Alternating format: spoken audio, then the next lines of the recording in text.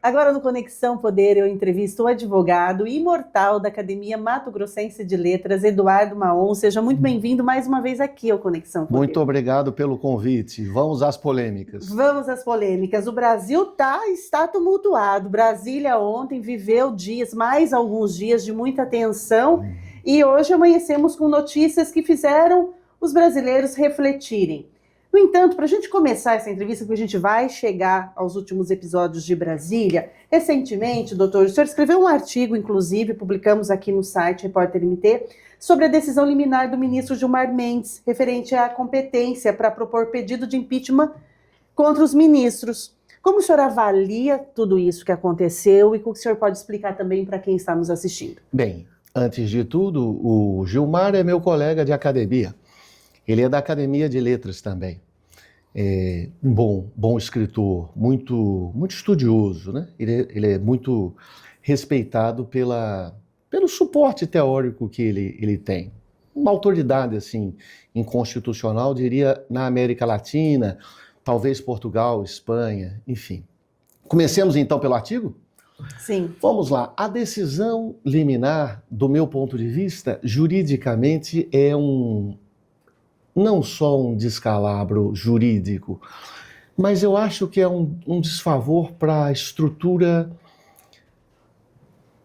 da sociedade brasileira. Deixa eu explicar para você e para todos por que o impeachment de um ministro pode ser pedido por qualquer do povo. E é tão bonito isso. Veja, tem determinadas autoridades que, por conta da autoridade, elas só podem ser processadas em um determinado foro. Eduardo, para quê? Para se proteger do assédio. Então imagine um deputado estadual X sendo processado absolutamente sem critério por todos da população em juízos singulares. Então, Nova Chavantina, Porto Alegre do Norte, Cuiabá, Poxoréu, Primavera do Leste, pululam processos contra um deputado em foros diferentes. Não. Vamos unificar o foro. Vamos colocar o foro único do Tribunal de Justiça do Estado de Mato Grosso para cuidar de ações penais. Então, vamos assediar um deputado? Não vai dar, porque as ações vão ser reunidas no tribunal. E assim conselheiros, e assim senadores, e assim procuradores, ministros, etc. e tal. No caso dos ministros, além de dezenas de garantias e do poder inerente ao cargo, eles julgam autoridades. Seja originariamente, né, são autoridades em geral federais, seja em grau de recurso. Ou seja, a última palavra é do Supremo. Muito bem. Qual é a lógica lindíssima da nossa Constituição? Bem, se a última palavra é do Supremo e se os ministros são os homens mais poderosos do Brasil, porque julgam e dão a última palavra, é qualquer um da população que pode representá-los. Isso é lindo. Isso é lindo, porque ao mesmo tempo que você é o mais poderoso, você é o mais frágil.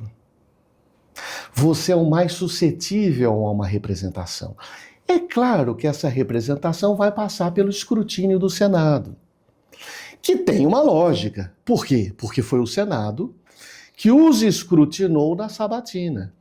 Mas o fato de poder qualquer um representar criminalmente, por crime de responsabilidade, e pedir o impedimento de um sujeito que julga a todos, é muito bonito, porque fecha o ciclo. Autoridades, autoridades, autoridades, autoridades e qualquer do povo pode.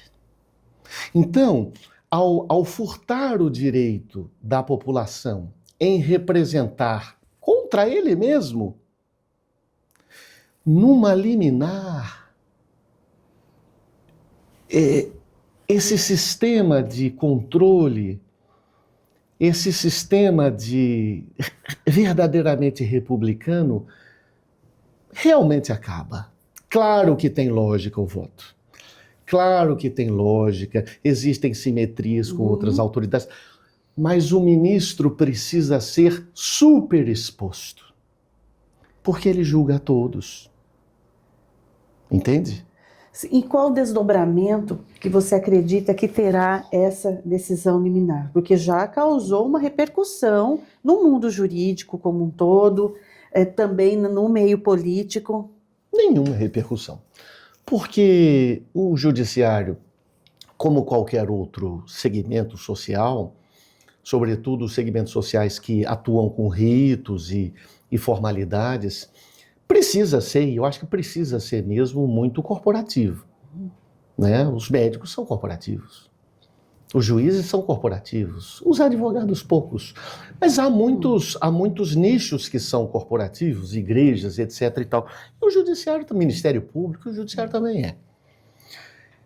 Não só errou, do meu ponto de vista, o ministro Gilmar, como erraram todos que se solidarizaram. Ministro não se solidariza com decisão alheia. O ministro julga. O ministro não pode antecipar o voto. Isso é uma coisa primária. Eu não posso ir a uma rede social, sendo julgador, dizendo, fulano de tal, meu coleguinha, está certo. Hoje nós temos um ativismo, doutor, do seu ponto de vista? É muito difícil. Para eu dizer que sim, é preciso definir o ativismo. O que é o ativismo? É o magistrado ou o judiciário atuar de maneira, digamos, gulosa, de maneira que extravase o limite do pedido. Então, eu sou provocado, mas eu transbordo. Isso é um ativismo primário. Então eu julgo o que se chama extra ou ultra petita. Mas não é bem isso. O que você está perguntando, no fundo, é o ativismo político. Bom, os magistrados da Suprema Corte Americana também são. Até porque todas essas relações e as formas como muitos eles vão galgando os degraus, eles passam por questões políticas. Nós somos seres humanos. Nós somos seres humanos e estamos ali todo o tempo articulando. E, recentemente, entrevistei aqui dois ex-deputados federais e eles disseram que, um deles especialmente, que haveria hoje no Brasil uma supremocracia, em que o Supremo estaria ali no auge, extrapolando e invadindo os poderes. E que essa ação, essa maneira de se comportar e pensar e se posicionar, seria em razão de uma covardia do Congresso Nacional, em que deputados, senadores deixam de se posicionar em determinados temas e questões, se acovardam, e aí o Supremo vem e age. Como que o senhor avalia? Sofisma. O que é um sofisma? As premissas verdadeiras e a conclusão absolutamente falsa. As premissas são verdadeiras. Existe uma supremocracia, é isso? Gostei. Talvez seja o próximo artigo. Muito feliz essa expressão. Mas pelo quê? Vem a conclusão. Pela covardia do Congresso. Não é isso. É muito difícil olhar para o espelho e ver o problema. Nós, eu e você e qualquer pessoa. Não é covardia que falta ao Congresso. Falta competência. Veja, quando a pessoa fala covardia, o que ela quer falar? Reagir a uma decisão. Então, falta coragem para que nós coloquemos no Congresso Nacional e cassemos uma decisão de um ministro da Suprema Corte. Não é isso. Falta muita competência jurídica, muita. Os parlamentares não têm assessoria jurídica para fazer o trabalho deles. As leis são muito mal feitas. São feitas de uma maneira absolutamente lenta ou assodada demais. Não tem nenhum critério de serenidade, de legalidade. Ultimamente houve 2 ou 3 projetos, incluindo aí de anistia e de dosimetria, essa coisa toda, que os deputados relatores entraram no plenário e disseram à imprensa especializada na cobertura: nós não temos texto. O texto se constrói aqui. Isto é mais absurdo do que um supremocrata. Um parlamentar que faz uma lei, pelo menos os ministros, pelo menos eles justificam o voto. Mas um parlamentar que chega no Congresso Nacional e diz: eu não tenho texto? Mas cadê o seu texto? Vamos distribuir o texto, vamos cotejá-lo. Não, eu não tenho texto. O texto se faz agora. Sim, mas e o parecer das câmaras? E como é que a sociedade fica sabendo do texto? Eu votei. Uhum. Quer dizer, o Supremo só está supremocrata porque o Congresso Nacional é muito incompetente, é muito fraco. Eles são muito fracos tecnicamente, são muito ruins. E o Executivo, claro, guloso, diante da absoluta incompetência congressual, também se hipertrofia ou se vende por emendas. Então o problema nós estamos mirando no Supremo, porque está realmente escandaloso. A hipertrofia do Supremo, ela aparece muito, porque o Judiciário não pode aparecer. O Judiciário não pode ser protagonista de nada. Mas o Judiciário só é protagonista porque nós temos um ator muito ruim, que deveria ser, que é o parlamentar. Nessa construção que eu, sabe, assim, fico, sem ficar me manifestando, mas aplaudo, fica evidente a questão do desconhecimento de muitos parlamentares. Doutor, poderia muitas vezes ali, mesmo havendo o conhecimento jurídico, mas se valendo do desconhecimento do senso comum acerca das leis, das legislações, para que utilizem frases de efeitos, discursos que vão impactar na sociedade, vão trazer voto, mas que eles pecam pela inconstitucionalidade. Então, muitas vezes, tem parlamentares discursando coisas que não são constitucionais, mas que vai reverberar no povo. Como que o senhor avalia isso? Não são apenas parlamentares, veja, são os nossos filhos, né, que estão vivendo uma cultura tiktoker, né? Não são eles. É a sociedade que está consumindo essa porcaria. Ontem, para eu chegar na sua pergunta, ontem eu bloqueei YouTube de todas as televisões em casa. Por quê? Porque, lamentavelmente, crianças, elas não sabem. Tem tanta coisa interessante. Tem seminários inteiros da USP, tem seminários inteiros da Oxford, Harvard. Eles vão ver o quê? TikToker. Ok? 30 segundos. Doutor, pai de filhos de 13 anos, eles vão assistir os painéis da USP. Eu de vez em quando assisto. Então a sociedade, ela está comatada para o consumo de Instagram, para o consumo de TikTok. Evidentemente que o parlamentar, que é o sujeito mais sensível do mundo, o parlamentar fala com o taxista, ele fala com a secretária, ele fala com o Uber, ele fala com outro parlamentar, ele fala com o cara do cachorro-quente. Ele é ultra sensível. Ele tem aqueles pelos de gato pelo corpo todo. Evidentemente que ele vai fazer recortes desta porcaria. E vai se rebaixar a isso, a uma cultura de consumo instantâneo, né? Agora, retornando para a sua pergunta, veja bem, tem um autor francês, um excelente filósofo que eu conheci vivo, acho que ele está vivo, chamado Michel Maffezoli. Michel Maffezoli tem um livro chamado Senso Comum. O ser humano, claro, a despeito da ciência, ele vive o senso comum. Ele vive o senso comum. Eu estou muito preocupado, eu estou muito nervoso, água com açúcar. O que funciona? Nada. É glicose, ao contrário. Mas toma água com açúcar, psicologicamente é bom. Chá de camomila, aí chá de quebra-pedra. Nós vivemos um senso comum. E é bom que isso aconteça, porque falamos a mesma linguagem, compartilhamos uma mesma sociedade, uma mesma cultura. Nada contra o senso comum. O parlamentar também entra no senso comum. Mas eu retorno à sua pergunta. A culpa, do meu ponto de vista, é deles. Eu acho que a pessoa precisava assumir, gente, eu estou no legislativo, eu não preciso ser jurista. Eu posso ser farmacêutico, veterinário. Aliás, isso é tão bom, porque é a multiplicidade. Vou fazer um curso básico. A Câmara precisa oferecer um curso básico de legislação. O Senado precisa... Não, gente, o básico aqui são 6 meses, tá?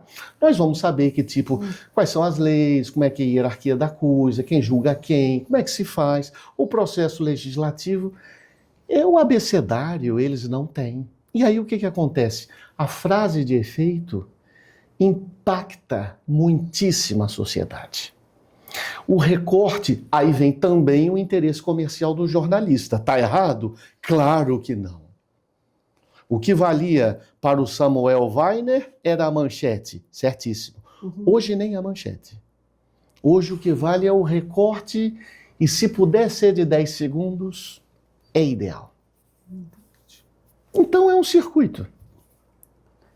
E doutor, avaliando todo esse nosso arcabouço de leis, nós temos mudanças que são urgentes, que deveriam ser feitas para modernizar algumas legislações que ainda não estão no radar, que o senhor poderia apontar? Várias. É preciso, por exemplo, primeiro, que não deveria ser o primeiro. Infelizmente, é primeiro. Como prioridade, é preciso estabilizar as relações de poder no Brasil. Isso não deveria ser a nossa prioridade. Nós deveríamos viver a Constituição. Ou seja, cada macaco no seu galho. É difícil, porque o galho do outro também é legal. Quer dizer, então, nós temos urgências, por exemplo, na legislação processual penal. A legislação processual precisa ser um pouco mais sofisticada em matéria, sobretudo financeira. Nós precisamos de uma sofisticação maior no processo eleitoral. Embora a justiça eleitoral esteja de parabéns, ela é muito rápida, o que é excelente. Precisa de uma sofisticação maior para acompanhar as redes sociais. É complicadíssimo isso. Nós precisamos de aí sim eu diria, de uma atualização na legislação trabalhista, né? Você vê, a CLT, olha que coisa curiosa, a CLT, que era uma conquista, passou a ser um demérito. Eu vi uma faixa que eu fiquei perplexo. Eu estou saindo, não sei, contornando a rodoviária, voltando. Quando eu estou voltando ao lado, um comércio qualquer, e uma faixa escrita, saia da CLT, não seja seletista. Ou seja, o que ele está querendo dizer? Venha para a livre iniciativa, sem as amarras trabalhistas. Isso é bom? Pode ser, pode não ser. A questão não é julgar o mérito, é que o Brasil mudou. O meio ambiente mudou. É preciso que a gente faça uma discussão melhor sobre isso, uma discussão menos hipócrita, com base em dados mais cientificamente pé no chão, sem tanta polarização. As coisas, quer dizer, isso precisava ser prioridade. Mas não é por causa da porcaria do impacto que as redes sociais têm. Então as urgências não são urgências estruturais. Nós vivemos urgências conjunturais, onde quinta-feira é diferente da pauta da sexta. Então nós não temos tempo de discutir mais a miúde absolutamente nada. O tempo da televisão, o tempo da rede social é diferente. Sim. Doutor, o senhor citou a questão da polarização. A polarização, ela, na sua visão, vai continuar impactando as escolhas eleitorais, e isso vai ser o reflexo do próxima composição no Congresso Nacional, que vai refletir no que a gente está falando na questão da legislação. Certamente. Veja só, a polarização em si não é nada ruim. Nada ruim. Trabalhistas contra liberais, republicanos contra democratas, não é nada ruim. Em nenhum país do mundo isso é ruim. Sempre houve polarização, né? A questão não é bem essa. Ao contrário, veja como a gente é anacrônico. Vamos respirar um pouco. O que sempre se falou no Brasil? Precisamos reduzir o número de partidos. Agora veja que contradição. Precisamos reduzir o número de partidos. Para ensejar o quê? Para cristalizar uma posição fixa de cada partido. Este partido tem um ideário mais conservador, este partido tem um ideário mais progressista, esse partido... Sempre nós falamos isso desde 1988. Isto é uma balbúrdia partidária. É preciso diminuir, cláusula de barreira, essa coisa toda, todo mundo aplaudindo. Veio a polarização, as pessoas reagem. Não, a polarização é uma coisa natural. O que não é natural é o rebaixamento do nível intelectual. É só isso. Porque eu gosto de receber e conversar com pessoas das mais diversas. Uma vez eu fiz um jantar lá em casa interessantíssimo. Um deputado do PT, um deputado do PL, um deputado, não sei se tem PDT ainda, PDT, do tal, fulano de tal, e era PFL, hoje tal. Conversamos maravilhosamente bem, rimos, brincamos, tomamos um uísque, eles estragaram meu uísque, botaram muito gelo, mas está tudo bem. Sim. Quer dizer, eu acho que falta, não é a polarização, é a inteligência emocional. Tanto a esquerda, com os famosos esquerdopatas, que acham que o mundo é um mundo de bicho grilo eterno, nós não saímos do Woodstock. Como as pessoas de direita, que parecem bovinos mesmo, babam de raiva contra o outro, se radicalizam. E são tão radicais que são incapazes de tirar uma fotografia com o colega, porque é de esquerda. Quer dizer, um vivendo uma mentalidade lisérgica dos anos 60. Um bovino babando de raiva. Esta polarização não é inteligente. Então podemos sentar à mesa e o sujeito dizer, eu sou uma pessoa ultraconservadora. O que isso significa? Significa que eu acho que os valores religiosos são importantes na formação de uma pessoa. Eu não concordo, ou eu concordo. Ok.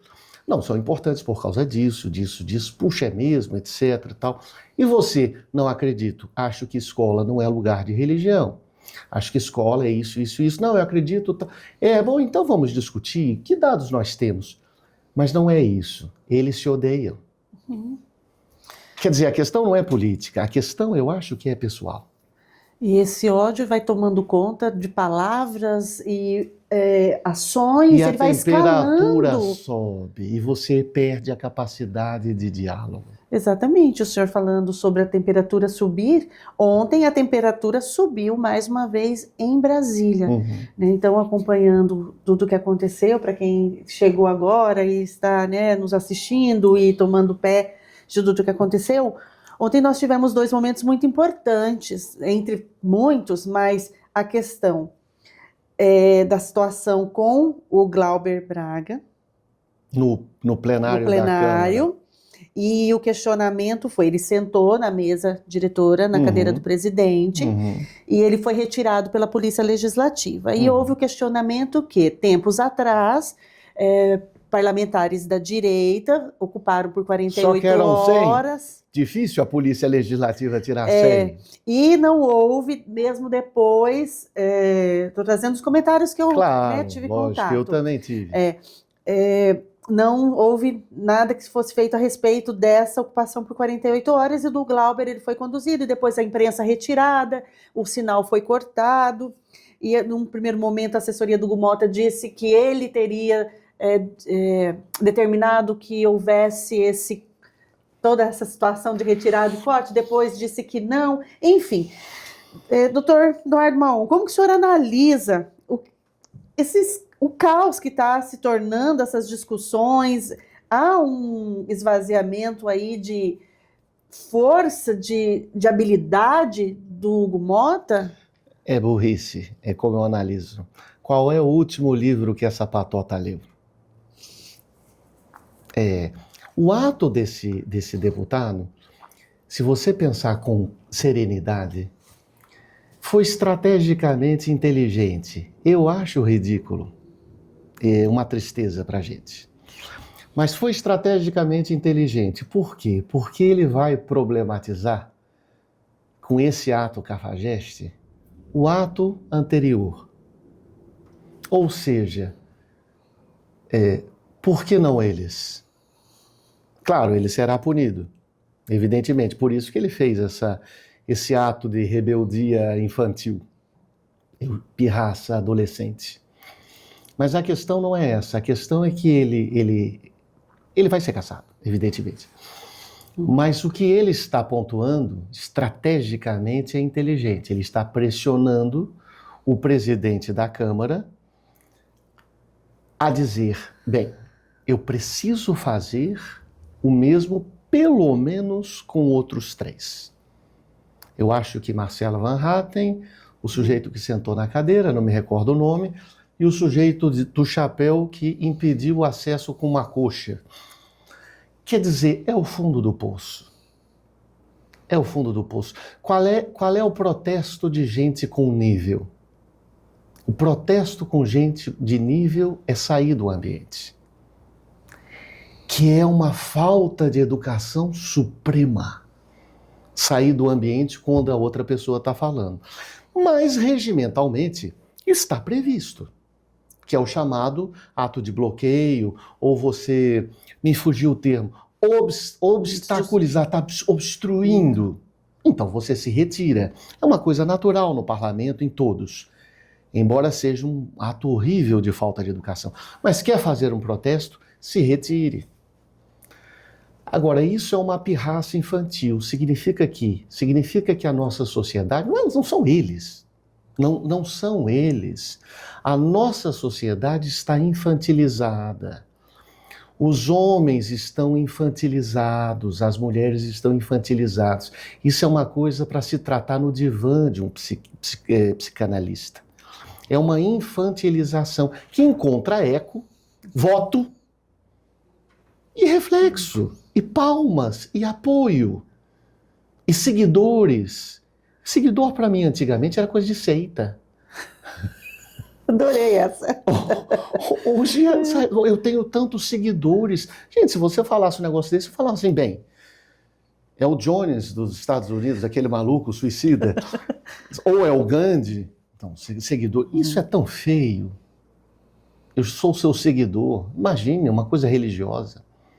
Então, a questão não é parlamentar, a questão é que a nossa sociedade está infantilizada, incapaz até de encontrar o tom de voz adequado para uma discussão. Nós somos incapazes. Os políticos hoje alteram o tom de voz. É incapaz de você manter o tom de voz. Isso é uma tristeza. Xingamentos. A pessoa não sabe, não tem inteligência nem para fazer uma ironia. Isso é triste. E a imprensa sendo impedida de acompanhar, isso também tensiona mais. Isso é um escândalo, não? Isso é um escândalo. Quer dizer, o que eu posso falar mais do que nós já sabemos? Isso é um escândalo. Nós estamos vivendo um péssimo momento. Um presidente da Câmara fraquíssimo, não presidente, né? Um pseudo-presidente, que não tem controle. Nós fizemos blocos, nós temos hoje blocos profundamente radicalizados, horrivelmente radicalizados, que não conversam mais com os eleitores, conversam com o eleitor. Então, hoje, o político não está preocupado em conversar com a sociedade. Ele está preocupado em conversar com o eleitor. Mesmo que pontue ou que abrace, encampe a ideia mais absurda do universo, mais inconstitucional do universo. Ele está falando com o seu eleitor. E isso é um empobrecimento do debate, porque o deputado federal não é um deputado federal de alguém. Não é um despachante de luxo de alguém. É um deputado federal que me representa.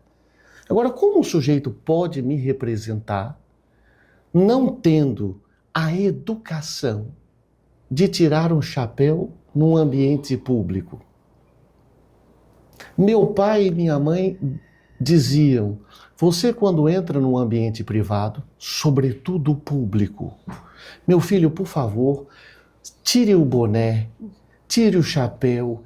Isto é uma falta de educação brutal contra as pessoas.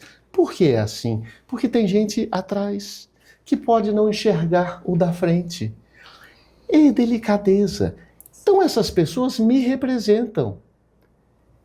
E isso eu acho lamentável me representarem. Escute o outro. Não é? Não se deveria ser assim.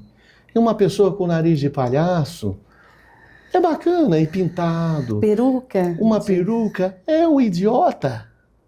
Mas me representa, porque é parlamentar. Quer dizer, esse sujeito não teve, e teve, o pior é que teve, mas não tem a sensibilidade para dizer: gente, o meu cargo tem uma majestade de cargo. Eu tenho uma autoridade de investidura. Eu não represento só o idiota, eu represento a todos, inclusive quem não gosta de mim. Agora é preciso ter maturidade. E volto a dizer, a sociedade está passando por um processo de infantilização. Porque esses episódios que você está citando são coisas típicas de crianças de 13 anos, 14 anos. Faço um protesto de grêmio, não é? Grêmio escolar. Isso, o que eu vou dizer? É uma questão para o divã. Como o senhor analisa, eu já li alguns artigos, eu queria que o senhor compartilhasse aqui conosco, quem está nos assistindo, a sua opinião sobre o processo em relação ao ex-presidente Jair Bolsonaro. Houve, na sua opinião, uma tentativa de golpe de Estado? Ele deve sim ser responsabilizado? A dosimetria aplicada, a condução do processo? Como o senhor pode fazer a sua análise para quem está nos assistindo? Bom, eu acho que esse homem deveria estar preso muito antes do processo. A desinteligência dele é um desfavor para o Brasil. Assim como eu acho que o Lula, francamente, não merecia estar na presidência. Francamente. Deveria estar muito longe. Ele conseguiu desestabilizar o país, encontrando fissuras,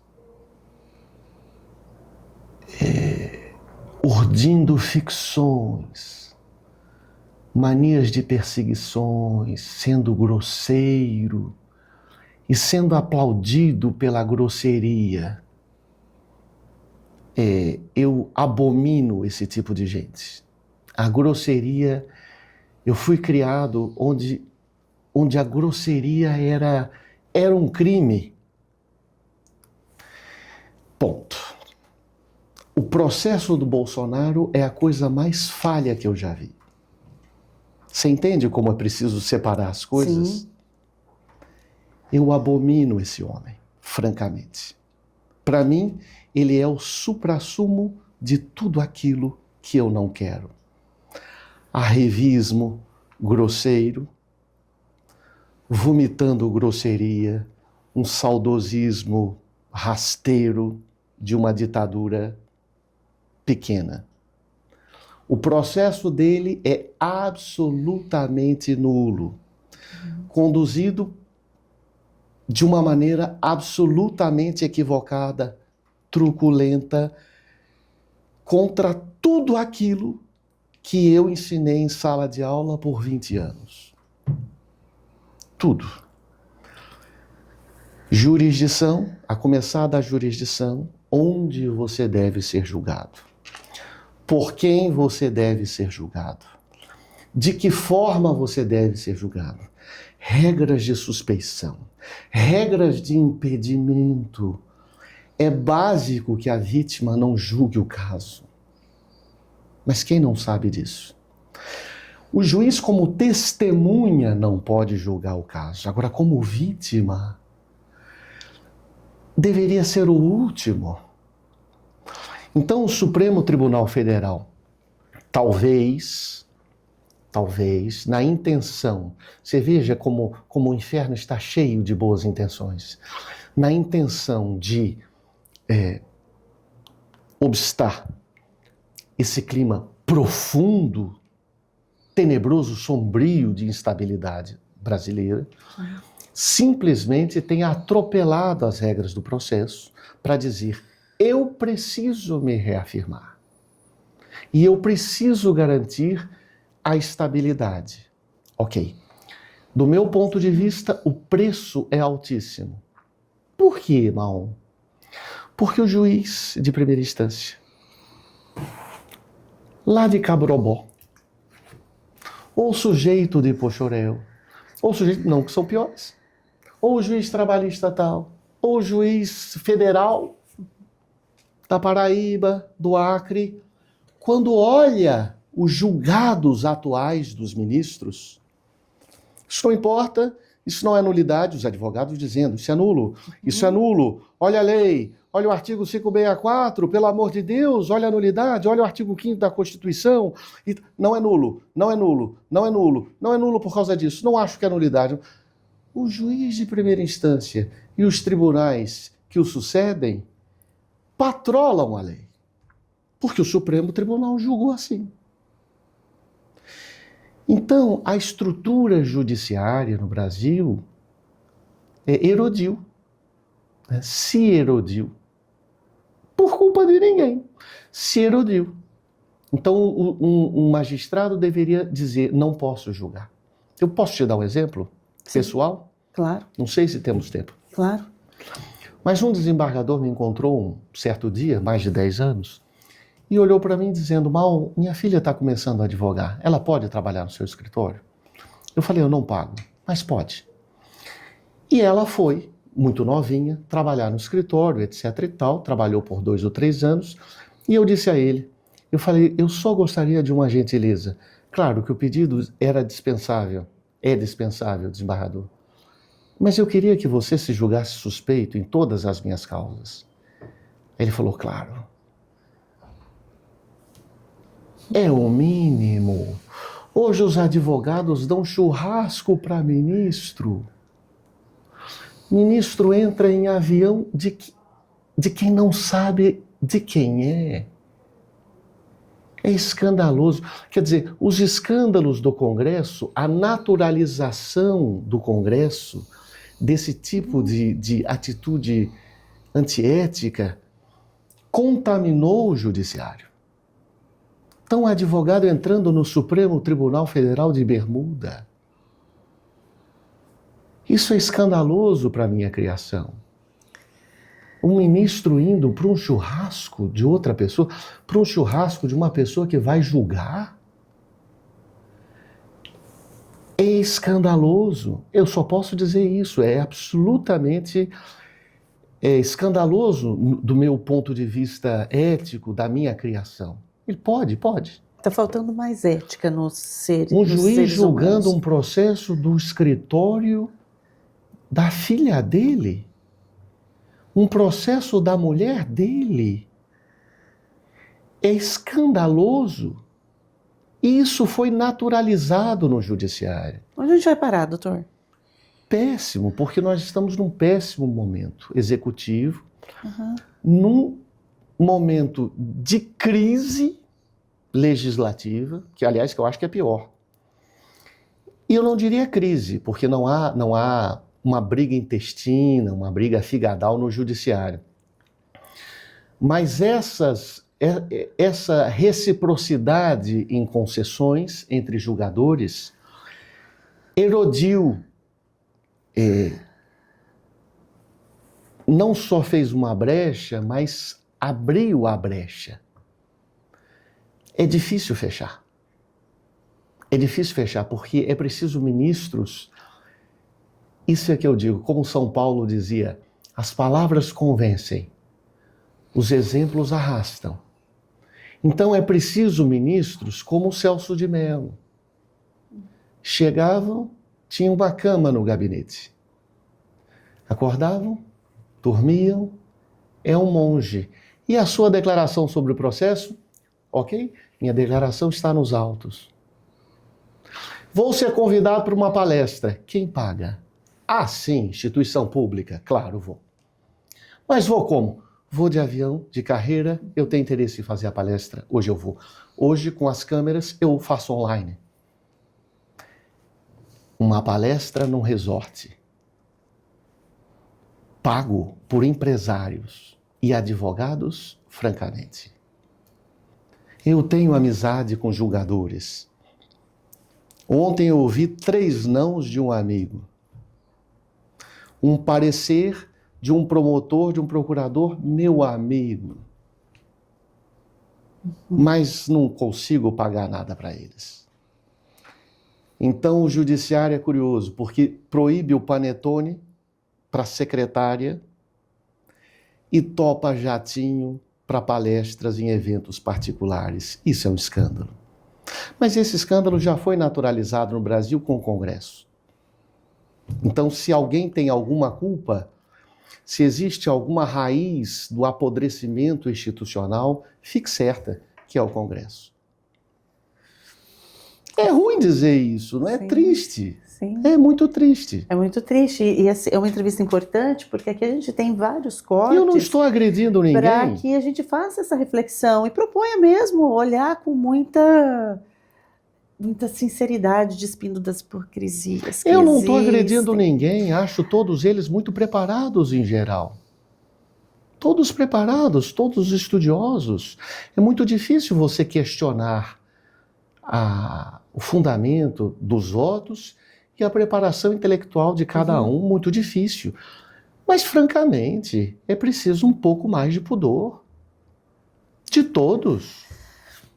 Doutor, falando, né, essa questão, o senhor recentemente disse agora sobre, muitas vezes, por ser advogado criminalista, ser questionado, defendendo bandido.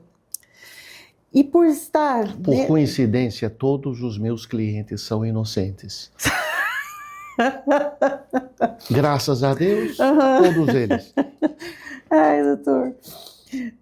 Por estar nesta seara de crimes, um momento em que a população ela tem pedido, eu digo isso por conta das nossas matérias, inúmeras mensagens que recebemos diariamente aqui no site, porque, claro, entendendo que são cláusulas pétreas, a questão da pena de morte, a questão da prisão perpétua, não vai mudar, mas teria um outro caminho para que a população se sinta, com a sociedade se sinta, com aquele...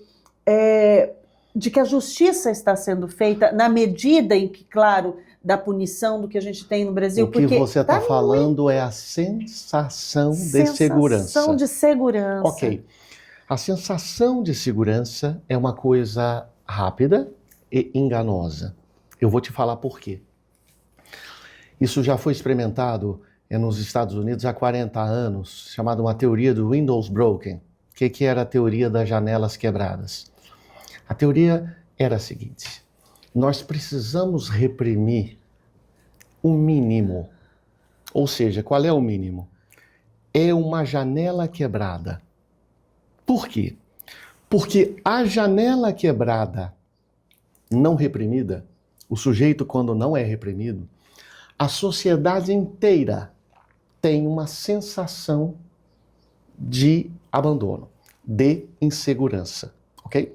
Muito bem.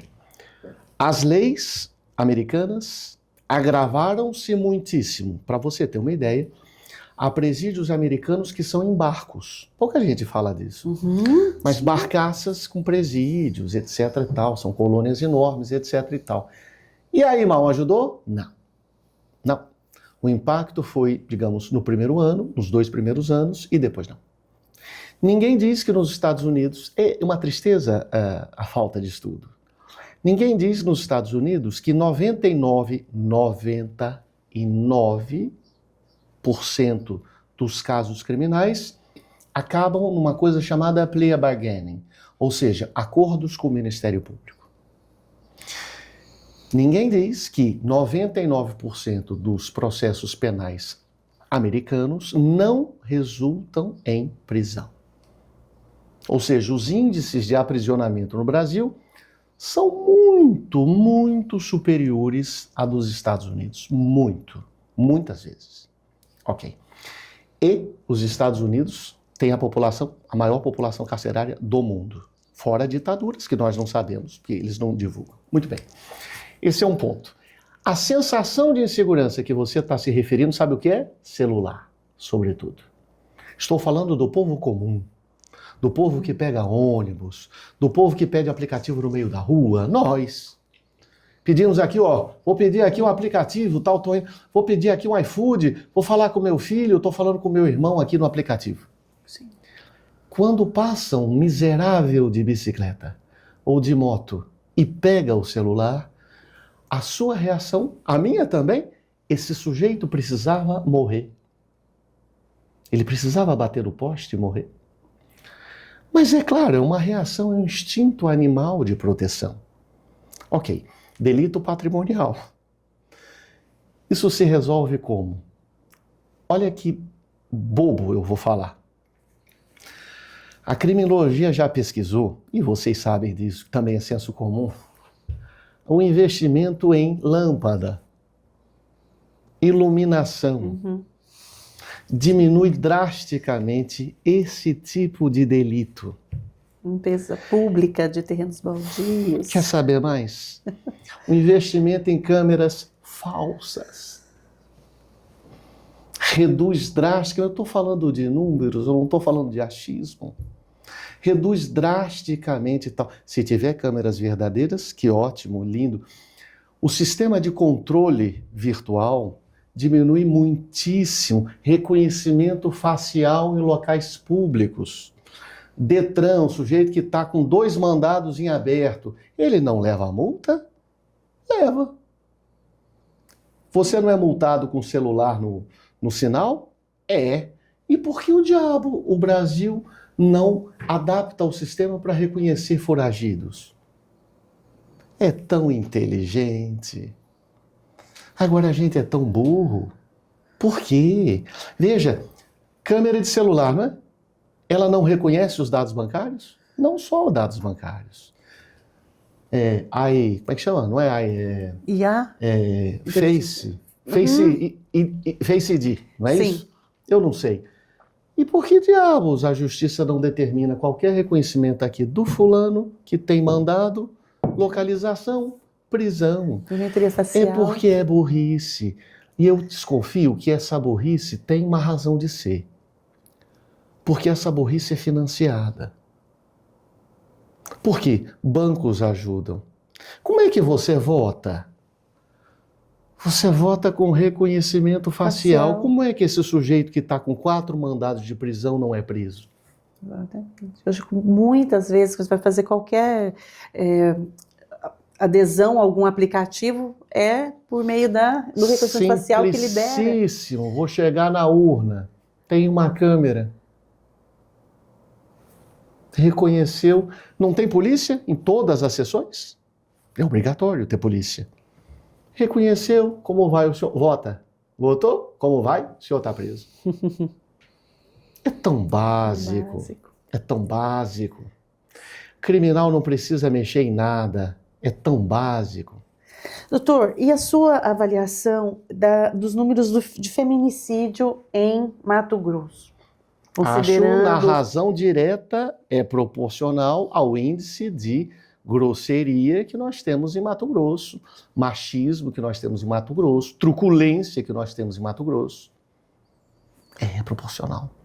É escandaloso o número de crimes contra a população gay, Exatamente. É escandaloso o número de Contra crimes crianças. contra crianças. Não, crianças eu não sei Crianças é o os terceiro números. estado Que em as triste. crianças mais são Não mortas. sabia. Sim, é o terceiro. O Não promotor sabia. Douglas lançou um livro agora, fruto do mestrado dele. Não sabia. Doutor, é o terceiro isso é uma estado em que crianças são mortas violentamente. Mas aí eu te pergunto, por quê? Porque a nossa população é pior, tal, etc. Educação. Tá certo. E nós estamos entrando numa certa idolatria da grosseria. E eu estou vendo, sobretudo no interior do estado, que a grosseria está sendo idolatrada. Ela está sendo aplaudida. É isso mesmo. Está sendo tratada como autenticidade, Claro, como de uma maneira sinceridade. genuína, sinceridade, você não tem ressalvas, você não tem pudor, você não tem freios, é uma pessoa que é aquilo que é. Não é verdade. Nós todos temos uma persona. Se eu estou de terno e gravata, é uma persona. Se você está aí no seu lado do balcão, é uma persona. Você não é assim 24 horas. Você xinga, tem desejos, tem frustrações, etc. Você não pode ser assim do jeito que você é 24 horas. Por quê? Porque nós convivemos numa sociedade que se limita. Agora, responda para mim, por quê? É coincidência? É porque as mulheres são e tal? É porque os homens tal? Não, é porque realmente é isso mesmo. Por exemplo, os índices de fatalidade em operações policiais em Mato Grosso, eu acho que a Bahia, salvo engano, é campeã, há um outro estado e aqui Mato Grosso. Não, mas é isso mesmo. Ladrão de banco tem que morrer. Quando alguém fala isso, basta falar. Quando alguém fala isso e vem 5.000 likes, o soldado, ele entra no meio da mata perseguindo um criminoso que é um criminoso e precisava passar 30 anos preso. Mas ele vai pensando o seguinte, se eu atirar, ok, se matar, não vai ter PAD, processo administrativo disciplinar. E se tiver, o meu comandante me absolve. Ou o comandante do comandante, que é o executivo de Mato Grosso. Diz que é isso mesmo. Quando o Witzel baixou de helicóptero na ponte, que os policiais mataram, etc. e tal, no Rio de Janeiro, e parabenizou o sujeito de helicóptero, é um símbolo. A população inteira se desmanchou em palmas para o Witzel, que inclusive foi caçado. Mas enfim, isso é um sinal. Mas, Maon, você está defendendo que não tem que matar num confronto? De forma nenhuma. Eu acho mesmo que a pessoa, pai de família, sai de casa armado. Desculpa. Se o criminoso está armado, desculpa, vai ser morto num confronto. A questão não é essa. A questão é se orgulhar. Isto é sadismo. Selvageria. Isso é um problema mental. Isso é um problema mental lá no fundo. Vamos lembrar que o jornalista, o advogado, o padeiro, a empregada doméstica, o cobrador de ônibus aplaudia Hitler. O discurso de ordem é muito sedutor. O discurso de disciplina, aliás, que eu sou um disciplinador na minha casa, etc. e tal, estou dizendo para mim mesmo, é muito sedutor. E é preciso ter um pouco de racionalidade, porque isso tudo tem limite. Entre bater e espancar, há um limite. Entre prender e matar, há um escalonamento. Há um escalonamento na resposta. Veja, não estou dizendo nada contra ninguém, nada contra nada. Eu estou dizendo que aplaudir a falta de limite gera uma distorção comportamental e psíquica em todo mundo. Em mim, em você e no soldado que está com o fuzil. Apenas isso. Doutor, para a gente ir encerrando, né, a nossa entrevista, qual a sua perspectiva para 2026? A gente vai fazer recortes também desta entrevista para a última semana do ano. Qual a sua perspectiva para 2026 sobre esse mundo que que o senhor gostaria de ter, viver, criar seus filhos? O alerta também que o senhor faz para os eleitores, para os leitores que acompanham os seus artigos de opinião. O senhor que é professor. Eu tenho uma péssima perspectiva. Eu sou péssimo em perspectivas, porque, enfim, eu gosto muito de Schopenhauer, Sartre, é uma desgraça. Então, assim, não sou otimista. Eu sou uma pessoa realista para pessimista. Politicamente, eu acho que o Congresso Nacional vai ser tomado por uma onda de direita. Isso não é necessariamente negativo. Mas eu acho que o Brasil precisa pensar com calma que a raiva não é positiva. Que essa baba de ressentimento, de ódio, isso precisa amainar, isso precisa acabar. Não acabar, não diria, mas é preciso que as pessoas fiquem mais serenas. Politicamente, eu acho que o Brasil se inclina para o conservadorismo, o que é uma resposta a um ciclo de progressismo. Ok, é uma coisa histórica interessante. Na Inglaterra aconteceu isso, na França, na Alemanha, nos Estados Unidos. Acho que politicamente vai ser isso. Tem todo um movimento, né? Ok, isso bacana. O judiciário com o Fachin, acho eu, ele não vai conseguir. Mas eu acho que ele vai tentar colocar a bola no chão. Eu acho que ele vai tentar dar sinais comportamentais de autocontenção no Supremo Tribunal Federal. Vem, por exemplo, dá um exemplo, plantão. Quem que está no plantão? Presidente e vice-presidente. A concessão ou não concessão de liminares são sinais para o mundo jurídico. Então eu acho que ele vai abaixar a bola, aqui não. Eu acho que o Congresso pode auxiliar o Legislativo eu acho que esse é um auxílio, de modo a diminuir os poderes monocráticos dos juízes. Ninguém quer ter poder reduzido, ninguém. Nem governador, nem senador, nem deputado. Nunca vi um deputado falando, não, vamos cortar a emenda. Nem o executivo.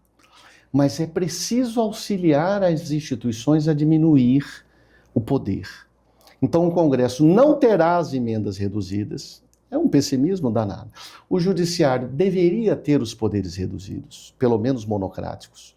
E o Executivo deveria também estar adstrito ao orçamento, com uma lei mais fixa, mais razoável, etc. e tal. Acho que nada disso acontecerá a contento. Mas boa sorte para nós. E agora uma pergunta para o escritor.